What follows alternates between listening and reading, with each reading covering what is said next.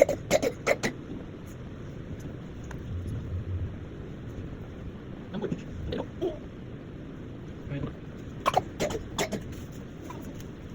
ni sekolah ada event, so cikgu kata cikgu boleh pakaikan kat sekolah. Let's go. So simpan. So ni untuk sekolah guys, sekolah Alia. Hari ni ada jamuan makan-makan. Ini 5 assalam dari Alia. So ni untuk kawan-kawannya, kek marble yang mama dia buat semalam. Sekejap tu. Comel-comel. So ni untuk kelas Alia, kawan-kawan dia.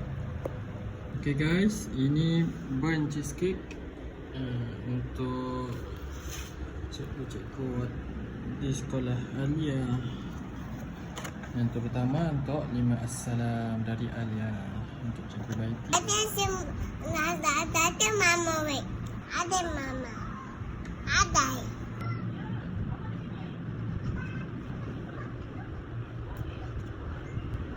Ni cikgu bagi ke? Itu saya punya tapi simpan. Oh dipinjam, maksudnya cikgu suruh basuh lah. Nanti mama tanya kan.